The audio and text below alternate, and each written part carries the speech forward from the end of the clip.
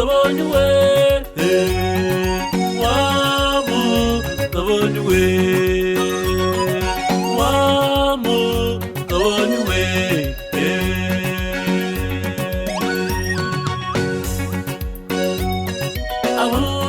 Aburahamu yifuje umunsi w'umwami, maze awubonye biramunezeza, nubwo byamugoye cyane, byamusabye urugendo rw'iminsi 3 y'agahinda, ariko ku musozo abona igitambo.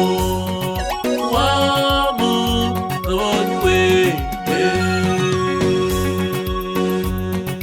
jambo jambo jambo igira umuntu abana natwe, tubona ubwiza bwe, yuzuye ubuntu n'ukuri.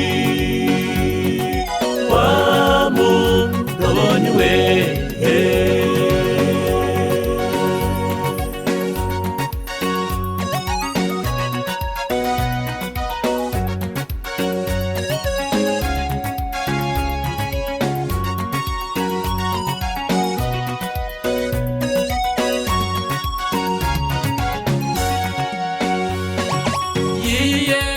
yiyeretse Moise mu gihuru kidasanzwe, cyakaga kigakongoka, amumenye izina rye, yamubwiye ko yitwa Ndiho, izina rihatse ibihe byose.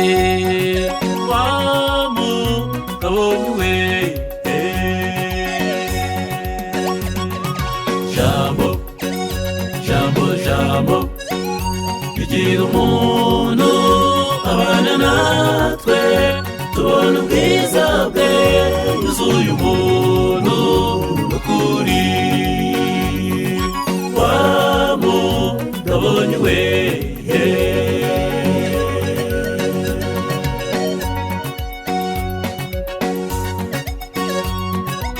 abantu babonye ubwiza bw'Imana ntabwo babigize ibanga. Aburahamu, Yozefu, Mose na Daniyeli ndetse na Yesaya, abo bose bahamije kugira neza kwayo.